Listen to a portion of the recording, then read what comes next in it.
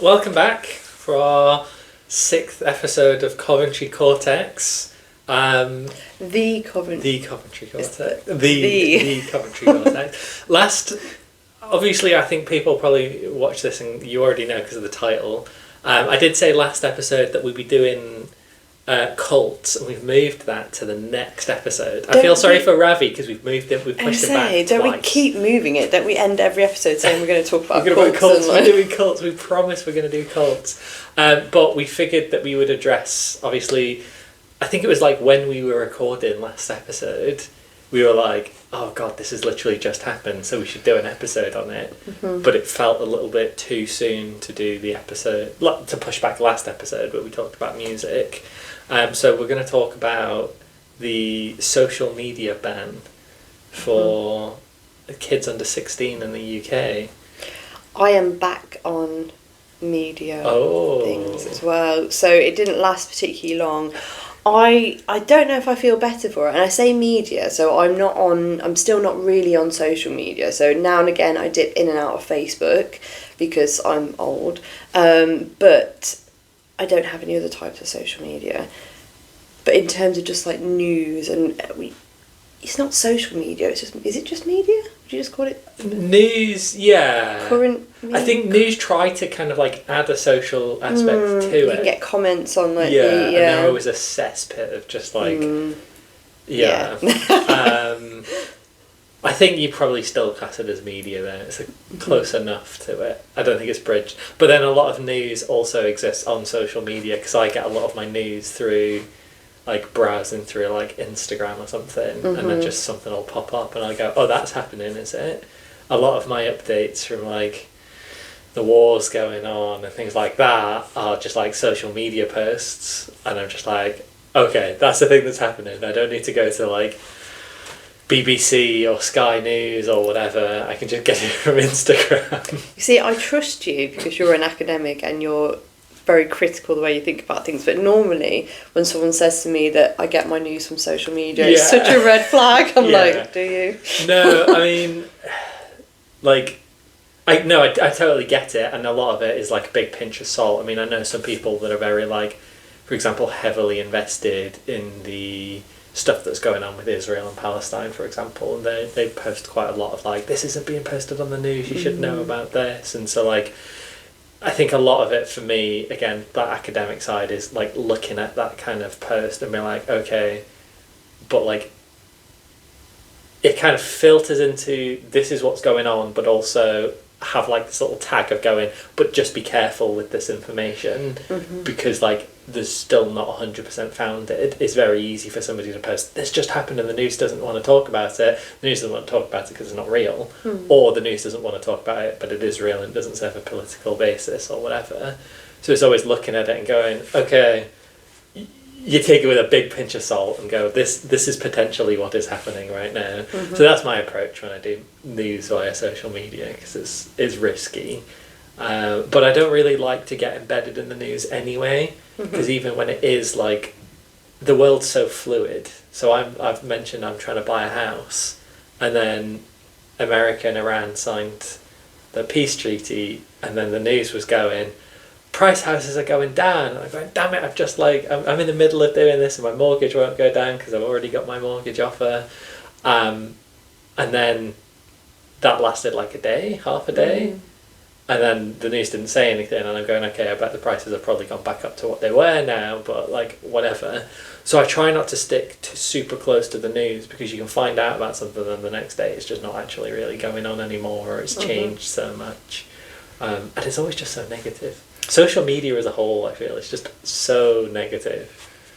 Yeah. I mean, again, I don't know if I'm the best. I mean, we're obviously going to talk about the impact of social media on kids and the ban today, which I obviously can talk about, and talk about like screens and those kind of like impacts. But I think because I still don't really social media myself in the way that I used to, I hear that it's very negative, and I think I live vicariously through my partner, because he basically lives purely on social media. So because he does music and audio production, it's kind of like he's always on there with the band. It's literally, I mean, that is probably one of the biggest positives I've ever seen come from it, because literally his entire sort of career and almost identity, and the band's identity, is pretty much driven by social media. Yeah. Like, modern music is very much or at least this is how he talks about it, like it's a bit of a pay to win type situation, in that they pay to bump their posts on Instagram, and then it's seen by so many thousand people, and kind of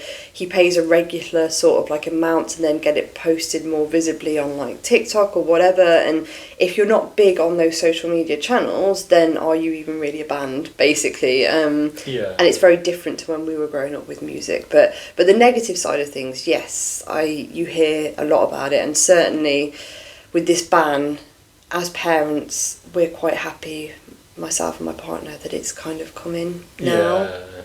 So our little one is 7, and we were already worrying about how we were going to navigate it. We hadn't got a plan, but now I feel like we can just say it's legal, or we're going to get arrested, you can't do it. So I do have notes, and maybe it makes sense to jump into this. So Australia had the ban, and they enacted it December 2025. It went in, and people have obviously been keeping a close eye on it. And one of the big things is that it's been quite a big failure. So what I've got is I found the Molly Rose Foundation. I'm not familiar with them, but they did research. I think they used a service that kind of brags, we're the biggest youth survey panel in Australia, and that's their like client base. I did have a look at this, and I've got another paper that I've looked at. My main concern that I am seeing is that there isn't any research at all that confirms whether the ban did anything. All of the research is, in terms of did anything, I mean like psychologically. They're like, hey, we're banning social media because kids are getting bullied, because kids are getting groomed, because kids are getting X, Y, and Z, and they shouldn't be. There's no research on whether that's actually doing anything. All of the research is, kids still accessing social media. So, is it doing anything from the very first step of, is it banning social media, is what everybody's looking at. Nobody's looking at anything else. And to be fair, it kind of makes sense, because the Molly Rose Foundation said in March 2026, so this was like 3.5 months after the ban, 61% of 12 to 15-year-olds said that they still used some form of social media, and 51% of the 12 to 15-year-olds said that the ban has done nothing at all.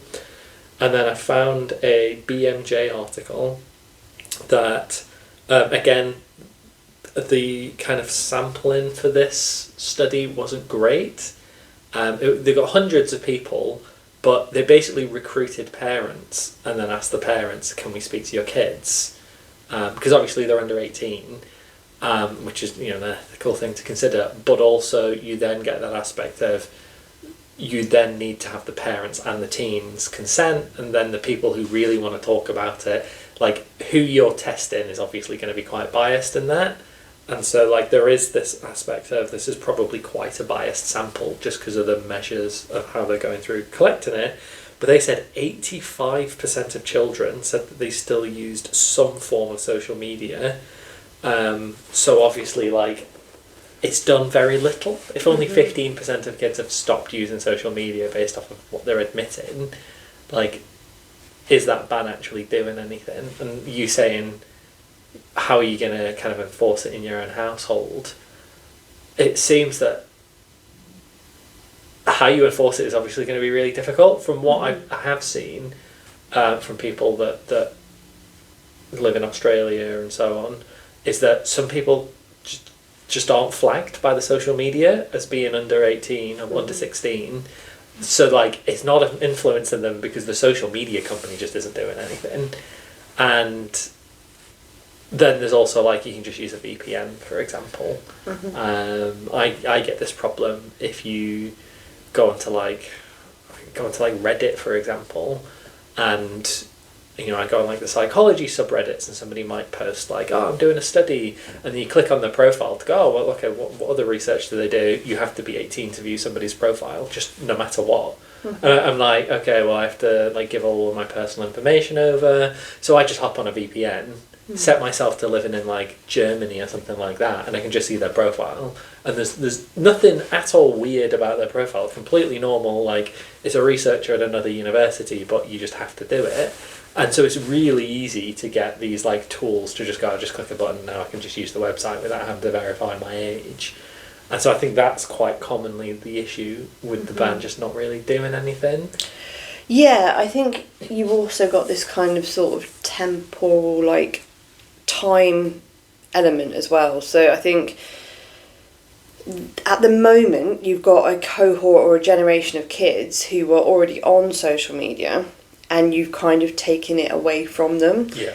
I think we saw a similar things with things like the smoking ban, not, I mean, it wasn't a smoking ban inside, but then also kind of, we will eventually see a point where kids can't buy, I mean, my little one won't be able to buy cigarettes at all because of how old she is.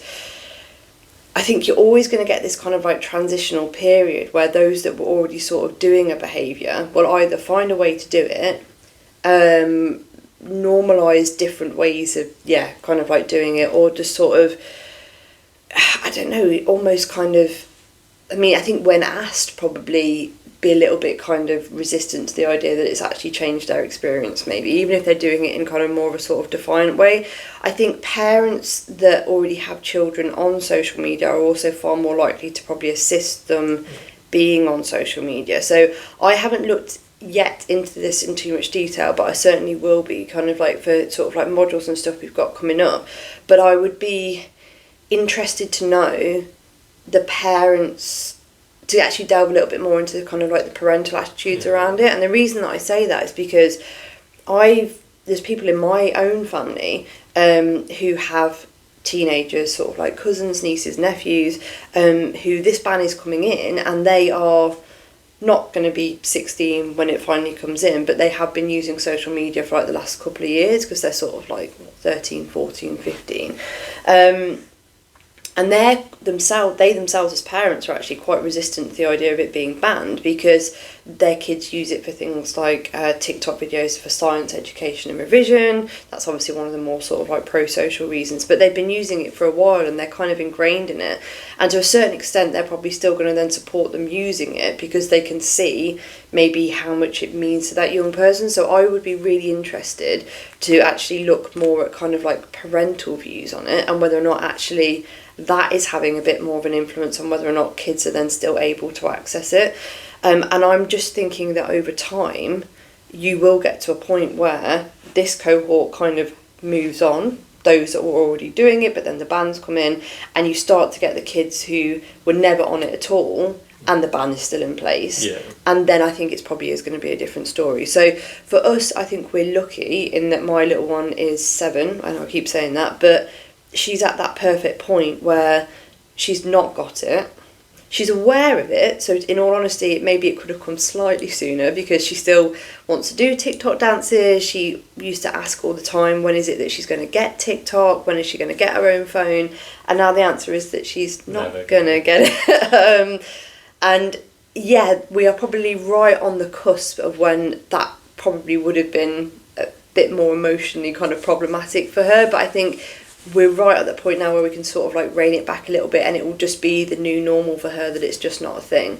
In the same way that I think for kids today, smoking is not really a thing. I mean, you talk to, well, it is. It's replaced by vaping. It's replaced by vaping. So my concern with social media is what's that going to get replaced with? That is true. And I was also thinking that as you were like talking about it, like I think if we compare it to other kind of initiatives that has tried to introduce some kind of behaviour change, you're absolutely right, it gets replaced by something else. So what and how are these companies potentially going to get around it, which is probably a big thing. Yeah.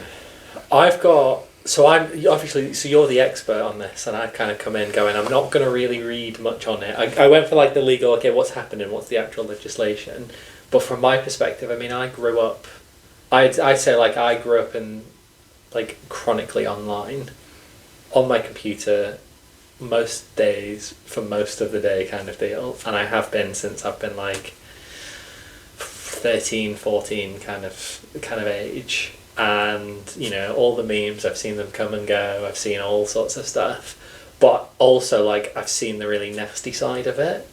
And I'm sure there'll be equivalents of these now, but I mean, I grew up in the era of like, it was funny to send people links to stuff that was like, it's horrible, you know. It was when you'd have videos or websites that would show you graphic stuff.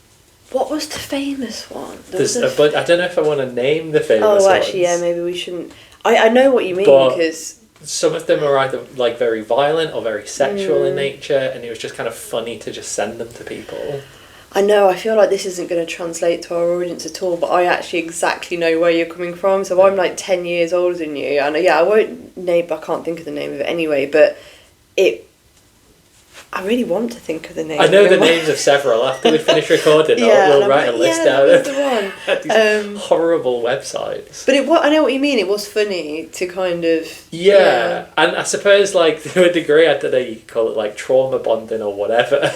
Some of the stuff, like, you know, it was the kind of stuff that you would see, like, this is graphic, but you know, the most vaguest description is like cartel beheading videos, where it was like gang wars, and they were killing each other, and somebody had recorded it to be a part of like, this is our message to this other gang. It ended up on the internet, people would just start sharing it. And it's like, you're 14 years old and it's like 1 a.m. and you're staying up really naughty on your computer and you watch this, and it's like, that's not good. And there will be stuff like that the kids are doing now that you don't know about. I don't know how much of the extent it is that there is. So I can definitely see like this aspect of like the regulation's important, right? I've always held this belief that the government are way too slow in technology and adapting to what technology is. But I also have an extra concern, which is, how do you then police it? Because the internet, again, like, we grew up in this area of like, the internet was developing, and it was this like wonderland of just like, there was all sorts of stuff, and there was this like really horrible side, like you just said, but there also there's just really like quirky and inventive and like almost artistic side to the internet as well. And that doesn't exist anymore, and that kind of breaks my heart, because whenever I look at the internet, I'm just going to the same like 4 websites doing the same thing, and that's where the art is you go to, if you want to see the art, you go to this website, rather than just the art is everywhere, you look for that. And so one of my concerns is that like the approach that the UK government and many other governments have taken is this like, you got to upload like an ID of yourself, and that's always a really big concern because of like data tracking. And I get the idea of like, if you've nothing to hide, you shouldn't be ashamed, but at the end of the day, I just like, we have curtains on our windows. I have nothing to hide what I do in my house, but I also just don't want random people walking down the street to just be able to peek into my window kind of approach. And I know that Discord, which is like a voice chat system, I've been using it for, God, I used it when it first came out. I got a pop-up, I was talking to my friend and went, we've been Discord friends for 10 years. And at that point we're like, Discord's been around for 10 years. But they recently introduced using ID and stuff like that for certain like channels or whatever. I don't really use Discord very much. I just have like a small channel with my friends, so we didn't have to do it. But I noticed like, hey, you're going to have to do this to verify your age to be able to do this. And I was like, this isn't going to go well. And it took like maybe a couple of weeks before the database was hacked and millions of people's personal identifications were stolen. And that's one of the big concerns, is like, to be able to verify yourself, if you ban social media for children, what it's going to be is it's a blanket ban for everybody, but then adults have to prove that they're adults so that they can use it, rather than children having to prove that they're children to not use it. And so the ban isn't actually a ban on children, it's a ban on everybody that isn't willing to verify themselves. And that concerns me as a broader issue, because there's like this underlining trend, and historically you kind of see it in lots of different places where you see, you know, dictatorship and so on, that a lot of things get done for the safety of children but it's not for the safety of children. That's like the vain line in where you can kind of argue it's for children's safety, but it's really not. And this is why I've been kind of interested in this and looking at it's not working. The Australian government have said it's not working, and they've said they're going to crack down. It was actually like 2 or 3 days ago when I was prepping for this, a news article had just come out, the Australian government going, we're cracking down because it's not working, they're getting through the system, we're going to be putting big fines on these companies for not enforcing it and so on. But you're getting to this place now where the UK government looked at Australia and gone, okay, we need to start out strong. But they've also recognised that social media in itself is also kind of a fuzzy concept. And they've started saying, well, we're going to also target YouTube, and we're going to start to target like gaming, because you have like voice chats and text chats and video games and stuff. And there's going to be a point where you then have to basically verify your identity for everything that you do on a computer. And I mean, like, I think it's China has a system where kids, I don't know if it's enforced for adults, I'm not entirely familiar with it, but I know with kids there's like a legal amount of time you can spend on video games, and after you break that, that's then like, that's monitored and really closely tracked. And it's this like slippery slope of not knowing where it's going to lead to, where you've got security cameras everywhere, facial ID recognition systems. When you go out, you're constantly being tracked. When you go home, the safety of your home, now you're going to start being tracked. And it's all for the safety of everybody, but it never really feels like it actually translates to that. And so I'm curious as to how much it's actually going to help. Because, just for one really quick, was, I don't know if I've not written it down, but I have notes. So I do, all of my notes, I always keep the references for where I get it from. But I did find one paper was making a very strong argument that social media is really important for marginalised communities. And especially young children, and especially a lot of the rhetoric around like trans and the youth and brainwashing or whatever that people like to go with. Part of my concern is that social media ban and this like heavy control and filtration of that system is going to have a really negative effect on teenagers that might identify as trans. And that's removing that opportunity for them to get information and to be able to express themselves and so on. I don't know if you've... Yeah, I mean, that is one of the biggest counter arguments this entire thing is exactly as you've just said, that we know that you have minority groups who use social media, use the internet in various different forms to find a voice, to find a community, to find connection, to find information, and potentially you're limiting that, especially if their home environment or their local kind of like area isn't necessarily conducive with them maybe exploring these kind of topics. So that's absolutely one of the biggest issues with it, and I've spoken about that before when I've spoken about this topic. Just going back a little bit, and I think this is where it starts to get really tricky, is because I think it all comes down to this idea of what you do and don't define as social media. Because it got me thinking when you were talking about how when we were kids, we would do X, Y, and Z. When I was a kid and first getting onto sort of like the computer and had a computer in my room and all those kind of things, it was MSN chat. It was MySpace for social media, so having your own sort of like profile, although I can't remember whether MySpace had a social function or whether or not, was the messaging on it? Yeah, do you remember Bebo as well? I think I was a bit too old for Bebo. So it was, this was like my youth online, we've got Facebook and everybody's just like, there are kids now who are grown up that Facebook's always been a thing. And for me, I remember like, you'd jump. And you'd get, I can't remember what it was before then, but you had Bebo, and then MySpace came out, and everybody jumped over to MySpace, and then Facebook came out, and you jumped over to that. And I remember you didn't have messaging on Bebo. I'm trying to think, I don't know if you did have it on MySpace. You used, because we had MSN Messenger, so you'd use that for messaging people.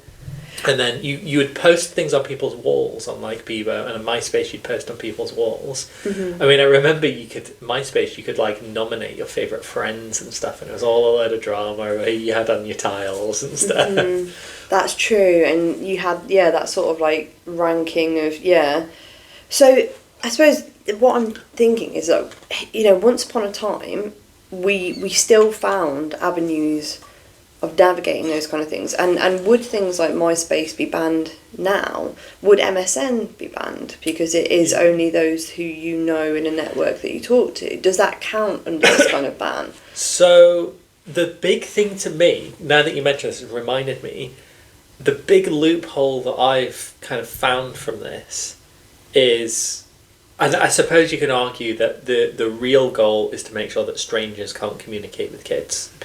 People that you don't know can't communicate with you. But your mobile phone has a built-in text messenger. You can text your mates, even if you can... When you said it like that, I was just like, it does? It does. You can text people on your phone. You can. See, I don't think... And WhatsApp. I've just changed. WhatsApp's my biggest, mystery box at the moment. WhatsApp, literally, it was in the news, I'm back on the news now, on these things, announced that they're changing it so you don't have to swap phone numbers anymore, you can just do it with the username. So as of next Monday, or it might have been last Monday, I think it's next Monday, you can basically register for your own unique WhatsApp username, and it's like on a first come first served basis. You don't have to swap phone numbers anymore, you can just swap it with whoever, and you can hook up with them on WhatsApp. And I'm wondering whether or not that's a bit of a sort of first step to trying to navigate all of what is potentially going to be a bit of a grey area. Yeah, I mean, what I can imagine them saying you have to verify your account with a number, but you can change that number if you change phones, but I suppose it's probably not going to be that difficult to do that, so that is a little concerning.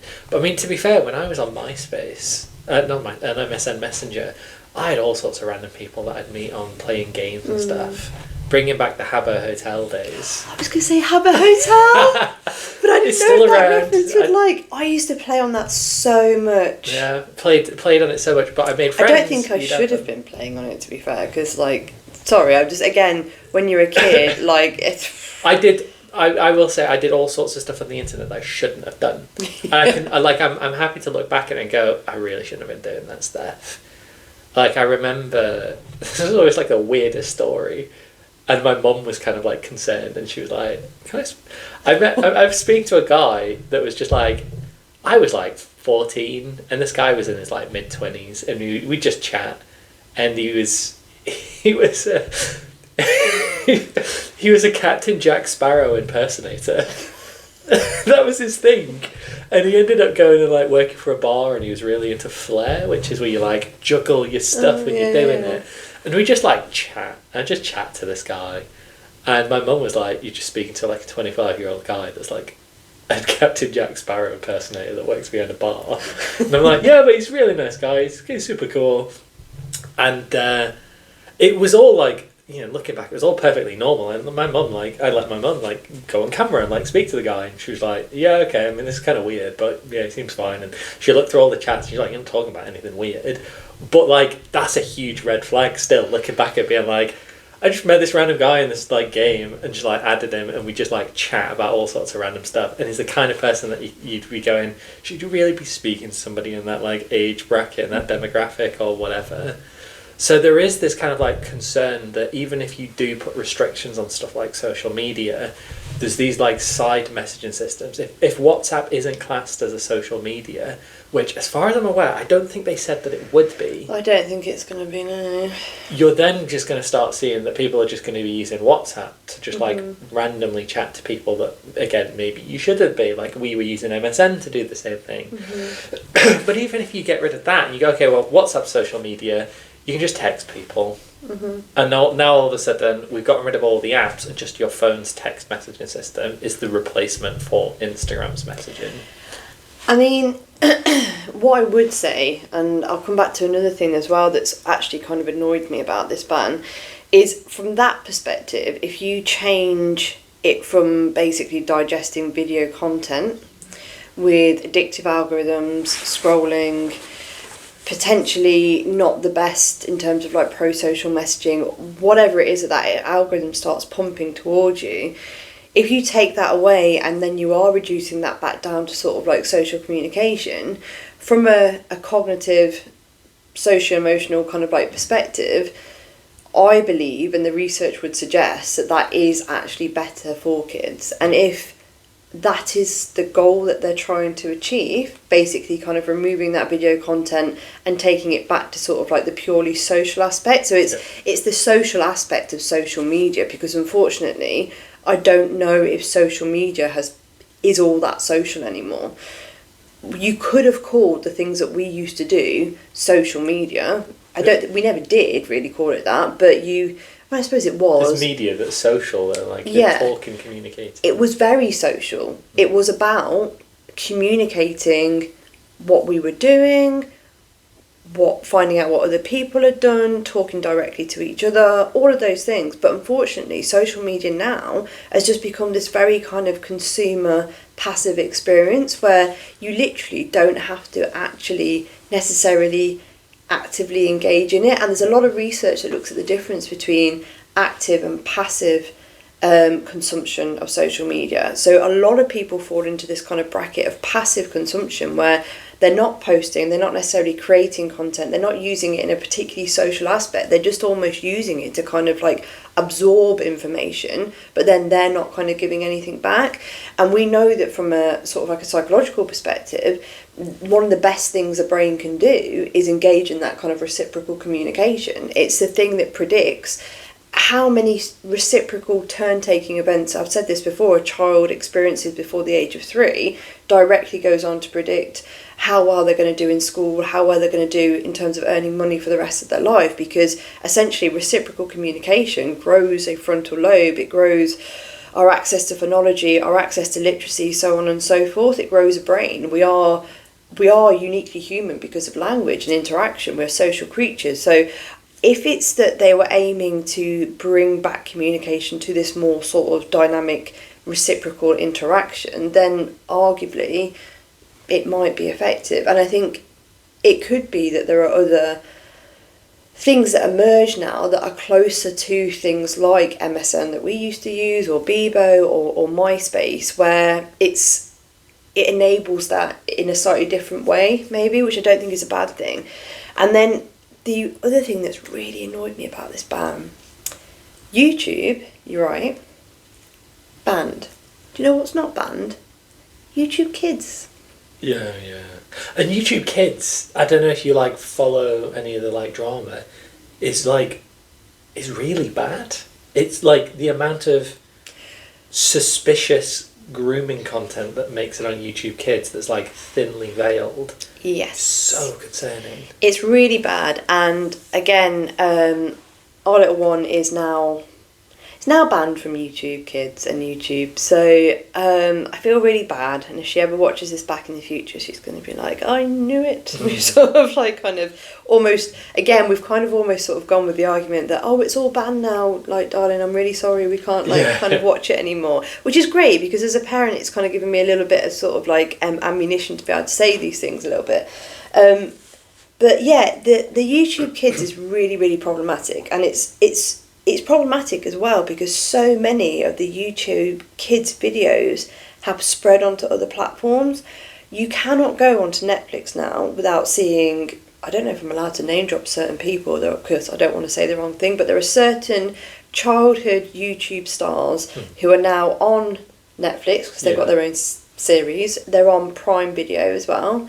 We've got an Amazon Fire Stick in one of the TVs that's in a bedroom upstairs, and sometimes Cara will go and chill on it, and she's got her own profile because I subscribed to it's like $4.99 Amazon Kids monthly thing, and the reason that I subscribed to it is because I wanted her to have a space that was supposed to be safe for kids, where if it had games, she's got like an Amazon Fire tablet that I knew that they were just kids games that she couldn't then try and navigate to the Play Store and get any other kind of things. I knew that all of the books and the video content on there was just for kids, but all of the Amazon Prime Kids videos, half of them are just YouTube stars that have just kind of like migrated over and been given their own kind of like TV series.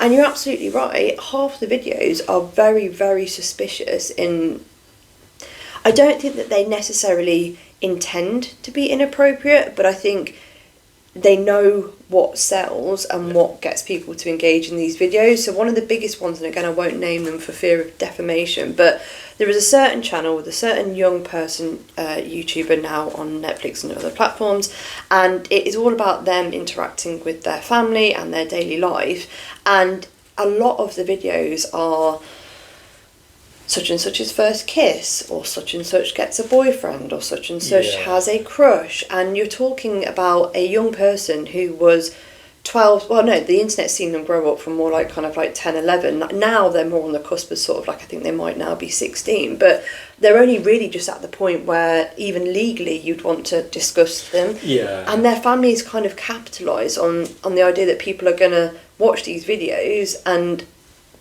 I don't know, be interested maybe for the wrong reasons, I think. Yeah. And Cara, I'm not sure if I'm supposed to really name my child. I don't know if we're supposed to cut that out. My small human is, although I do name her in lessons all the time, my small human is, absolutely besotted with this person and talks about wanting to go to America to meet them and being a massive fan and stuff. And there was a thing a few years ago. I remember that there was a channel where it was like Spider-Man and Elsa or something like that, and there was this whole like YouTube drama, and I'd watch a few channels on YouTube that were like, they'd talk about like, okay, this is what's going on online, like it was kind of like almost news, but like they'd have like jokes and stuff in it, and they covered it and they were like, this stuff's strangely sexual, like you're saying, like first kiss and stuff like that. And it's just, it feels very weird that you've got these safe spaces that they know that this is designed for kids and they're trying to infiltrate that space. Mm-hmm. And this is, I suppose, like goes into this big concern about social media ban and what do they then allow. And those places then start to become targeted for, I mean, there was a case years ago in America that, I think it was like, if you're familiar with like the Bloods and the Crips, the big gangs that are in, I don't know, LA or whatever, I don't know whereabouts. But there was this whole thing that there was like a youth club for like getting kids away from gangs, and it turns out the person that ran it and founded it was the leader of one of these gangs.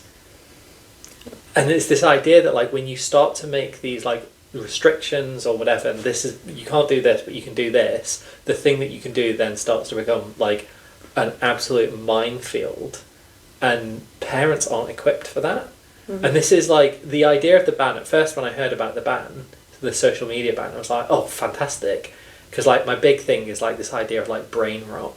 Again, I grew up on the internet, I'm fully familiar with like memes can just be stupid for the sake of it. The Markiplier saying meme is completely brainless, but it made me laugh, damn it.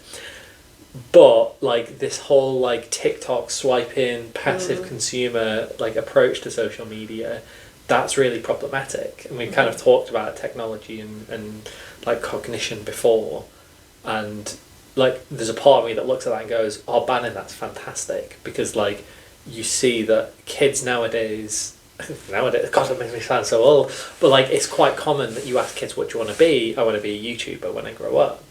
And there's a part of me that kind of goes, well, oh, that's not necessarily a bad thing. When I was a kid, saying that you wanted to be on TV, it's not any different.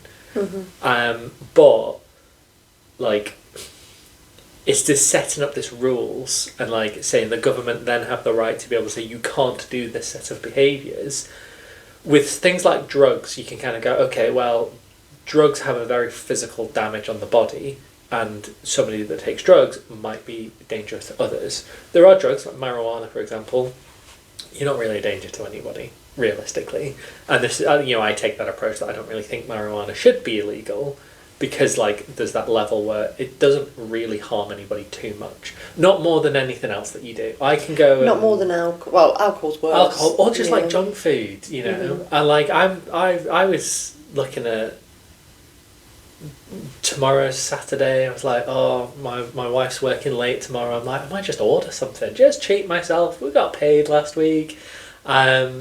I can go and do that, and that's as bad for me as if I decided to drink alcohol or smoke marijuana or whatever. But to go back to that point, just this idea of like when you start to create these like, this isn't allowed, this is forbidden, there are ways to get around that, and those ways become way more dangerous because people then can isolate, like this, like YouTube Kids and Amazon Kids, can isolate that as the parents aren't going to be watching this. The parents are just going to put the kids in front of this because they assume that YouTube has vetted it, or that Amazon has vetted it, Netflix has vetted it. And that then starts to become this really dangerous, like, opportunity for these people. And when the purpose of this ban predominantly is safety for the kids, the issue then starts to become, and kind of like I was saying earlier, it's not really safety for the kids. It's restricting them from something that is dangerous. I was on the internet doing stuff I shouldn't have been doing, and it was a dangerous thing. And, you know, there are so many people that grew up on the internet had that same experience, and the kids now are doing the same thing. It just looks different than what it looked like when I was doing it. Excuse me. And so, like, yes, the internet needs more regulation, the better regulation and stuff like that, but I feel like just the outright ban is maybe making things worse.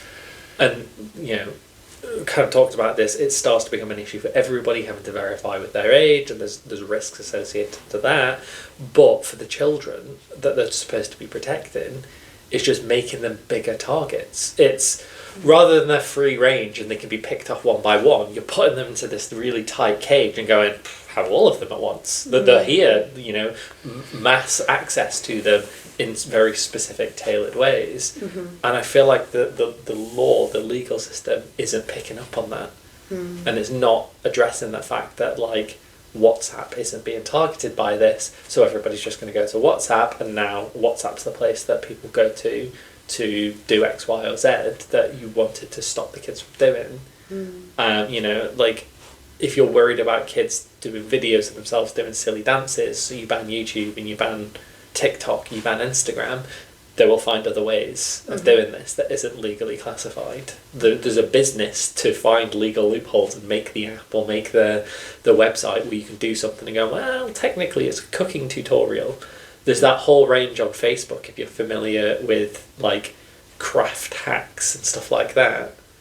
That there's a big communication and dialogue around that. A lot of these are like thinly veiled fetish content. And it's designed as, like, we're going to make, like, putty, and then all of a sudden they're like, okay, we need to, it looks like here's how we make this video look interesting, but all of a sudden now they're, like, squishing putty with their bare feet and stuff like that, and you're going, well, that's a bit weird, whatever, but then they're doing so many different things that, like, fit in fetish content. But you can kind of slide it under the radar by just not making a point of it. It's just, oh, we're just doing this because it's a quirky thing. Instead of doing it with my hands, I'm doing it with my feet. And now you're going, okay, this is kind of a bit weird. And then when they keep doing it, is it actually? You don't know. You can't really prove it. But there's like a community that kind of goes, it probably is, because of just how consistent they're doing it. And again, it's just this, like, social media and the internet is a cesspit. You know, it's people are doing all sorts of stuff on there that is dangerous, but if you start to corral kids into the approved stuff, or you set up a system, you know, like Australia had, where it just doesn't really work, who is it actually protecting? Is it protecting anybody, or is it just making the targets more, like, clear, more accessible to people who know how to get to that? I think there's also, the argument that, I mean, so I talk quite often about connectivism as, like, a modern learning theory whenever we're teaching. So connectivism, I think we mentioned it before, it's the idea that you basically learn a concept. You might learn it in your lecture, maybe it's not quite familiar to you, so you then go away and you watch, like, I don't know, a YouTube video about it, and it makes it a bit clearer. Then that YouTube video might give you a link to a website.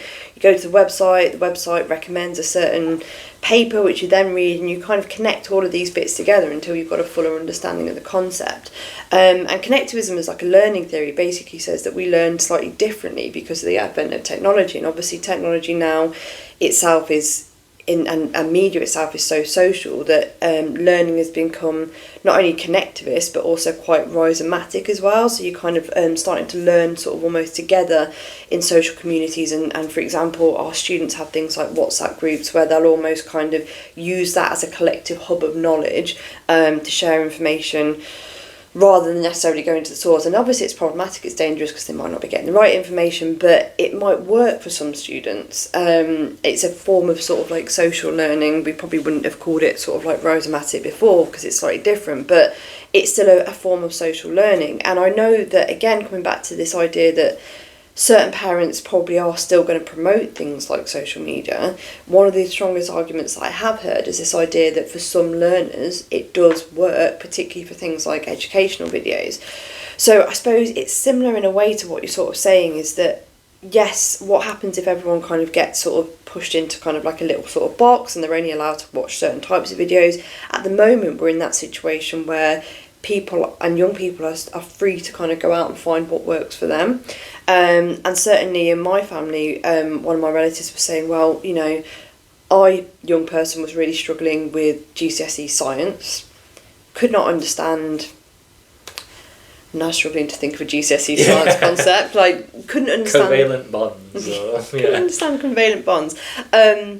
Watched TikTok videos about it, now completely understands it. Yeah. Is feeling much more confident about kind of, you know, what they're doing in terms of like school and stuff. But they've had to kind of go out and find that one video that is kind of idiosyncratic to them, it works for them. And I think one of the biggest sort of pro-social, I suppose, benefits of things like social media is that you really can craft it into exactly what you want. And I suppose if they are narrowing it down again, you're only then going to be getting the sorts of videos that might be appropriate for a certain subset of kids, but maybe not everybody. We're going to go back to sort of like, what was it, BBC? Was it BBC Bite Size? Yeah, it's still around. It's still around, it's still a thing. But again, they wouldn't have been the sorts of videos that every kid would have got. Sometimes it takes delivering the content in a very sort of specific, nuanced way. And I suppose if you're narrowing down that stream, then you are potentially closing doors on that kind of accessible education. So it's definitely got pros and cons, and I think one of the biggest things that I worry about is that it all comes down to this idea of what it is that the government actually are trying to stop. Is it that they're trying to stop the socialisation, or is it that they're trying to stop the messaging, the subliminal messaging, whatever it is, or is it that they're trying to stop the passive hours long spent consuming content, which I think is a slightly different thing? And if it is the latter, then they've also really got to look at things like YouTube Kids and even the sort of content that gets allowed on Netflix and gets allowed on Prime. But I think that's going to be a much more difficult task, because I don't see how they're going to have the authority to be able to stop those kind of things. Yeah, I mean, what I'll say, I think if it is the latter, like that passive, and I think that's probably the better approach, is to get rid of that. But banning it doesn't fix that. It's a case of you then make it a requirement, because like, you know, I use Instagram, I don't really use Facebook for what it's made for. For me, Facebook is like a feed of like hobby stuff. It is now, but again, I don't know, like, this is me just like pulling my age thing out because I'm about 10 years older than you.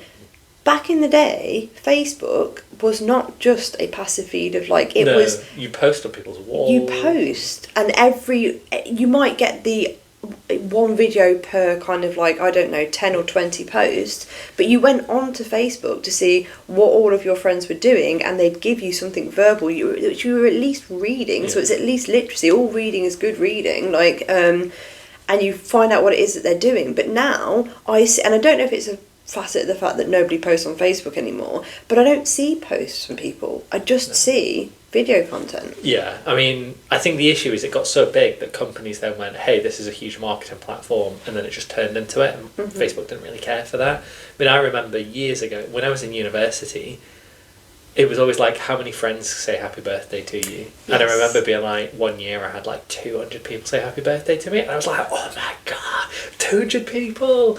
Nowadays I get like 10, and I don't say happy birthday to anybody because I know most people don't use Facebook. Somebody popped up the other day as, oh, it's their birthday today. And I'm like, God, I haven't spoken to that person in decades. Clicked on their profile, they've not used Facebook in decades. And literally their Facebook feed is people saying happy birthday to them this year, last year, the year before, the year before that. But, so I think this idea of I think the algorithm's the problem. And that's what needs to be regulated, and not access to the social media. There's positive learning experiences. It's a trope almost to anybody that plays a game called RuneScape. And I play old school RuneScape now, and it's been around. I think they just celebrated their 25th anniversary. I used to play it in high school, and this is where I say I was doing all sorts of stuff you shouldn't have been doing. There's a very big community of scamming people. And it was the psychological tricks that people use in the real world to try and scam people out of real world money, pretending to be the police, pretending to be this, that, and the other, and whisper and messaging to people, being like, "Hey, I'm staff and I do X, Y, you need to change your password to this or whatever." And I got scammed so much because you'd believe somebody, you make friends with somebody, and I remember this is burned into my mind.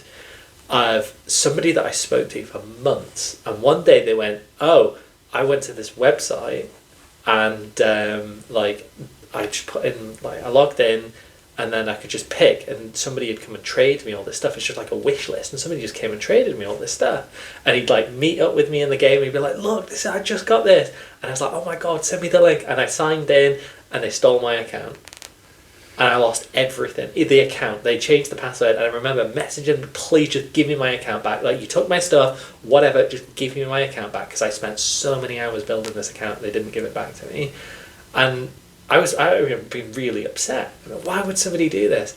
But nowadays, whenever somebody's like, "Oh, hey, do you, I can hook you up with..." No. No. I've already learned. It's a learning experience, that you needed to go through. Exactly. And it was in a safe environment. It's a video game. It really, really sucked, and I was so upset that I lost that account. But ultimately, what did I actually lose? I lost some time, but I had fun playing the game, so I didn't lose that fun that I had.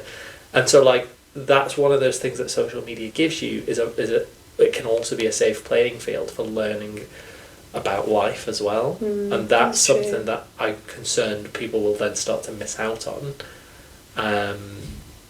But I will say you did mention something, and this is something that I don't know if you've got any thoughts on. So you were saying, you've got these, you can use TikTok and educational videos, and you can find the thing that works for you.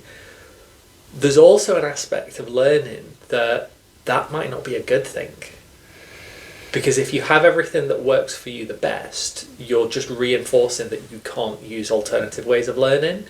So I've got a good friend, Kelly. She's the lead AI consultant for Oxford University. She flies all over the world, she goes to Google and all sorts, talking about AI. I remember we used to work with her back at my old university. We used to sit in our office when AI first came out. We talked so much about what was going on. And she's a very big proponent of, she's got ADHD and so on, and AI is a really good way to bridge accessibility gaps. And I recognise that, and I do push a lot of that when I talk about AI. But I remember talking to her, and I'm always, when I do talk about AI for accessibility, there is always this big asterisk of that there's going to be things to consider. Is that if somebody's got dyslexia, for example, and they're using AI to help write for them, the issue that they've got is they're not training themselves to then do that role. So, for example, a lot of my background research is maths cognition, and I've got a bunch of classes that I've done on dyscalculia and developmental versus acquired dyscalculia. Acquired dyscalculia after a stroke, there's all sorts of different inventive ways that you can help somebody to kind of cope with that.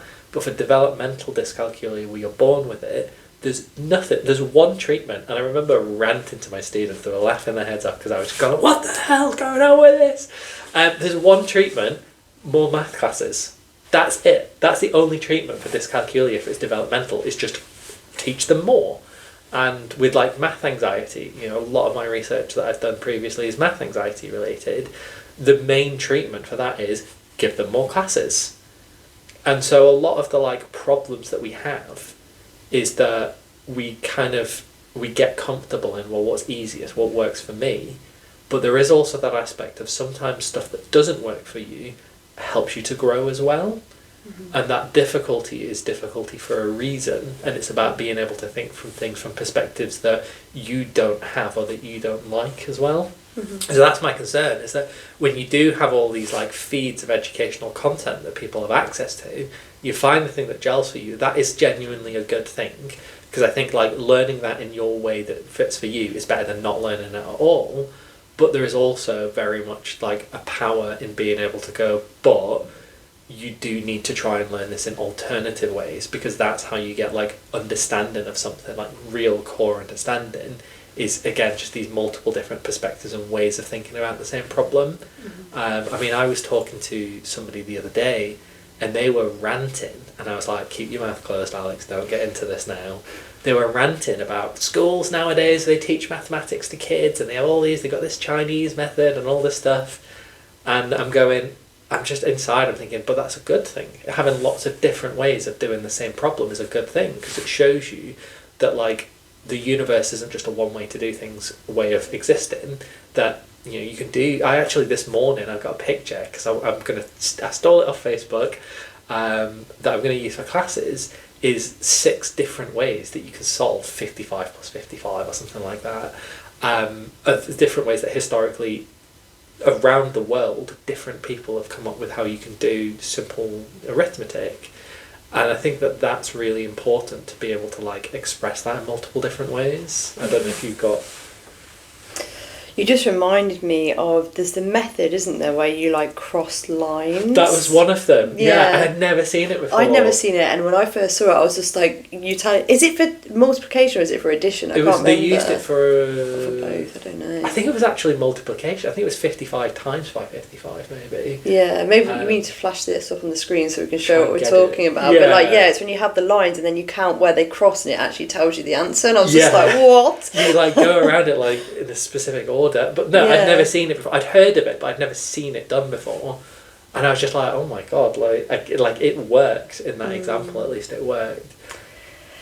Yeah. So what am I think it's so tricky. So I know exactly what you're saying. So my area, my PhD in my area of research initially was dyslexia. So we have a very similar issue, I suppose, in that what do you do when you have a child who's finding it hard to access text or decode text, or to fluently decode text? You give them more text, or specifically you give them phonics, you give them synthetic or analytic phonics, or you give them fluency intervention, so they basically have that greater sort of like exposure to it. And it can have really varying levels of impact, in that depending on how significant their challenges are, you will or you won't kind of see a progression, but because essentially you're trying to basically just force feed, I suppose, more phonics, more kind of like speech sounds, more whatever it is, and essentially the difference or the challenge that they have is an inability to either store or quickly access phonological representations of sound, right? And it seems almost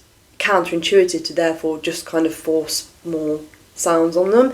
But you're right, we know that analytic phonics is kind of like the best sort of kind of like evidenced kind of intervention for dyslexia, but that doesn't mean that there aren't other kind of interventions that do exist. So I think maybe dyslexia is slightly different to dyscalculia, in that you have things like orthographic interventions or morphological interventions, which basically it sort of says, well, if the sounds of words aren't working for you, let's look at things like the families of the words. So if you can spell authority, you can maybe spell authoritarianism. Or, let's look at things like orthotactic principles, where we know that CK never makes the K sound at the start of a word, but it does make it at the end of a word, those kind of things. So you can kind of learn these sorts of rules to almost kind of bypass the general kind of way in which things are taught. So I don't know whether or not, therefore, I would argue that we've always had workarounds for those that have needed it, and certainly I think we live in a time where we are just better at acknowledging individual differences and acknowledging that people, to be the best and for it to be an equitable playing field, do need very nuanced and specific ways of getting to the same point or the same destination, where once upon a time they would have just been forced to follow the mainstream narrative, and they probably would have ended up with less favourable outcome. So I don't know, I do know what you're saying, that at the end of the day, you know, the way the real world works or whatever is that, you know, there is a common way that things are taught in schools, or a common way in way things are conducted in the workplace or in business or whatever. And if you don't get on board with that, you're going to suddenly be swimming, you're not going to be in the slipstream, you're going to be kind of like swimming alongside it. But I think there is more of an increase now to kind of actually look at individual strengths anyway, that's kind of the approach that we take a little bit more on a societal level. I think it becomes hard to manage when we suddenly have to start thinking about individual strengths and needs on a much more kind of detailed basis, but I don't think that that's necessarily a bad thing. I'm very much down with individual spiderwebs of yeah, so I don't know. I mean, I think like the point is still very valid. Like, it is about accepting those those individual differences. For me, it was more of that angle of like, you accept those individual differences, but you also have to like encourage people to like broaden as well. Yeah. And like, you're allowed to have that way that things work for you, but we also, in that learning aspect, is you do have to try the other stuff as well. Mm-hmm. Like, if you watch these videos that work for you, then that means that you should be able to go and look at the other stuff that didn't work for you on the same topic, mm-hmm. and start to like figure those out, because you've already got that basis of knowledge now for the way that it did work with you. But people aren't really going and doing that, and that's where I kind of see that issue of people you feel like you get it this way, so you just stick with it, rather than going out and trying to expand that in more different ways. And I think that's the kind of thing we should be encouraging more. True. I'm just wondering maybe if that then actually, if you flip it round, if we're now at a point where kids aren't going to be able to go out and find these TikTok, YouTube videos to explain covalent bonds or whatever, that the responsibility then falls back more on teachers and teaching staff to find more accessible ways and more meaningful, authentic ways of teaching these kind of concepts. I mean, one of the things that did dawn on me when I first heard that it extended to YouTube was just like, oh gosh, I use, like, not loads of YouTube videos, but quite a few. I mean, for our students, they're obviously 18, but I was thinking there must be lots of teachers that use YouTube videos to explain concepts that technically they're not going to be allowed to do that anymore if they're under 16, right? Or will they? Yeah, I mean, you might end up getting to that point where parents have to sign like a thing saying that your kid can see videos on YouTube, and then the teacher, who's the adult, then, because I don't see there being, think of it like movies. You've got like 12A, where it's like, yeah, you can take a child that's under the age of 12 to this movie, they're just going to have a consenting adult that's just kind of there to go, look, you shouldn't say these words or do that action. So it might end up getting to that point that schools can still keep using YouTube, but you kind of just got to give a heads up to the parents going, by the way, we're going to use YouTube to do this. And the parents are going to go, fine, we don't think YouTube should have been banned or whatever, but like the teacher is then the trusting adult in that scenario. It's definitely those kind of nuances which I'm pretty sure they've not thought about. No, definitely not.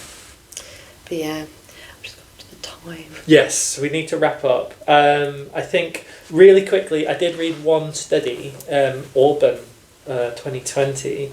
They did a review of meta-analytical reviews, so I thought it was a really nice, like, full... It was like a meta. Yeah. Wow. So I love stuff like that. We looked at all these different meta-analyses and we've analysed them. I thought it was really insightful that the conclusion was, yeah, there are negative effects of social media, and it is fairly consistent in the research, but it was very weak. There isn't a very big effect size from it, so it's not doing that much. There are positive effects that they found, but they were inconsistent, and there were different ways for different studies. But the big issue that they were saying is that the research in general, looking at social media and teenagers, is predominantly cross-sectional. So cross-sectional is where, instead of going, oh, we want children that are 12, 13, 14, 15, we'll get 12-year-olds and follow them for a few years. You get a bunch of 12-year-olds, a bunch of 13-year-olds, 14, they're all different people, and then compare them, in case anybody isn't familiar with cross-sectional, which isn't very representative, but also just generally a low quality. The studies in general aren't great. And so I know that the government went to researchers. We've got a couple here. I did ask him if he wanted to come on because he's got a PhD student that looks at like technology, social media and stuff like that, and cognition. And they both, him and his PhD student, were advisors for the government. The government came and they spoke to loads of different researchers on it. So they were referring to it. But I think one of the issues is that research base, that baseline, like what is that actually representing in terms of like the quality of it or how it's looking at stuff? You know, if it is all cross-sectional stuff, is it as representative as it could be? Are the effects that big? If it is that the negative effects of social media are consistent but very weak, and there are potential positives, like we said, learning about getting scammed in video games or marginalised communities coming together, is it worth banning that social media because there's a very small underlying effect? Ultimately, is banning social media going to stop kids from getting bullied online? No. Is social media going to banning social media going to stop kids from talking to strangers? No, they'll find other ways that they're going to be doing it. Is social media banning going to stop kids from passively flicking through rubbish on the internet? Yes, but they'll probably find other ways of doing it, like just sitting in front of the TV and vegging out in front of cartoons or whatever rubbish is on TV. There are educational websites that won't be banned. There are also non-educational websites that won't be banned as well. And so they'll probably just find other things that will be equally as problematic, if not potentially maybe worse, you don't know. So I think my summary takeaway from it is, I think the core idea of the ban is good, but I don't know if the actual ban itself is going to fix the issue. There's more issues to it. Self-confidence, identity, social skills, emotional regulation skills, emotional intelligence are much bigger problems with kids. If you're worried about like incel culture and kids getting radicalized, stopping the communication method doesn't stop the reason why those kids are getting radicalized. Those kids are getting radicalized because there are bigger problems in the world that aren't being addressed, and we're patching up a small problem. You know, you got a bit of a leak in your kitchen tap, but half of your wall's missing. Oh, I'm going to fix the leak is maybe not the important thing at this point in time. So, I don't know, that's my perspective. I don't know what your... No, I think I agree. I think ultimately we just won't know yet.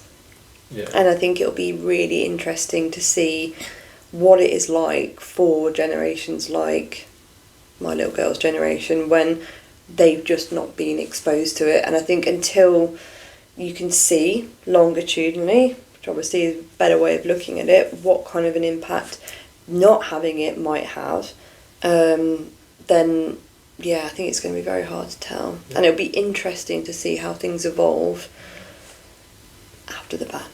Yeah, I mean, as I mentioned earlier, there's no research to say if the ban's actually like good for kids. It's just, is it working? Is it actually banning stuff?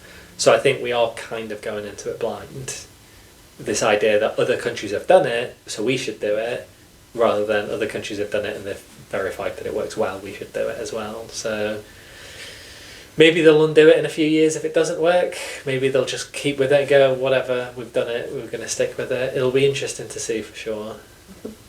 And next time, cults. We'll keep with the cults. Yeah. Any parting words? You're our expert. I don't know. I mean, I think just from a parental perspective, I just think, and I don't know if this is just a bit of a cop-out on my part, but generally, I'm really happy about it. I think that the positives do outweigh the potential negatives. Yes, I think things are going to have to change. Systems are going to have to adapt. There are going to be other risks. But I think from a purely selfish point of view, it's given me so much ammunition against my own child for kind of, you know, the inevitable onslaught of social media, which I really didn't know how I was going to deal with. And one thing I will say, just to quickly end, is that I've spoken, because we do a lot of sort of school visits where colleges come in to sort of like talk to us about psychology and do different things. I've spoken to quite a lot of kids who are, well, kids, young people who are actually on the cusp. They are 15 turning 16. And I've asked every single class over the last couple of weeks like what they think about it, and they've all unanimously said that it's a really good thing. Really? Okay. And I've said, is it because you've just looked out though and you're just on that border? Would you be feeling differently if you were sort of like 13, 14? But they've all said no, they think it's a really good thing. That's surprising. I say this really, really quickly. Mm-hmm. The UK government, as part of the legislation outlining what they're going to do, did say that they questioned a bunch of adolescents and said 2/3 of them supported some platforms being banned. Now, I think that there's definitely leeway in there for TikTok should be banned, but nothing else, or whatever. But I was kind of like 2/3. That's not going to be a great sample. But if you're asking classes and they're overwhelmingly saying it, then maybe there's actually something to that. Because I doubted that number. I saw it was like, no way. That is what they've been saying. So, I mean, if overwhelmingly they want it, then whatever we have to say doesn't really matter. Yeah. Let's just delete the podcast. Sorry guys, we've wasted an hour. The conclusion is whatever we said doesn't matter because the kids want it. God. Well, that's interesting though, that's good to know. Okay, well, we'll wrap that up there. Thank you very much everybody for joining us. And hopefully nothing happens that we have to push Ravi back again to talk about some cults. And so, yeah. Okay.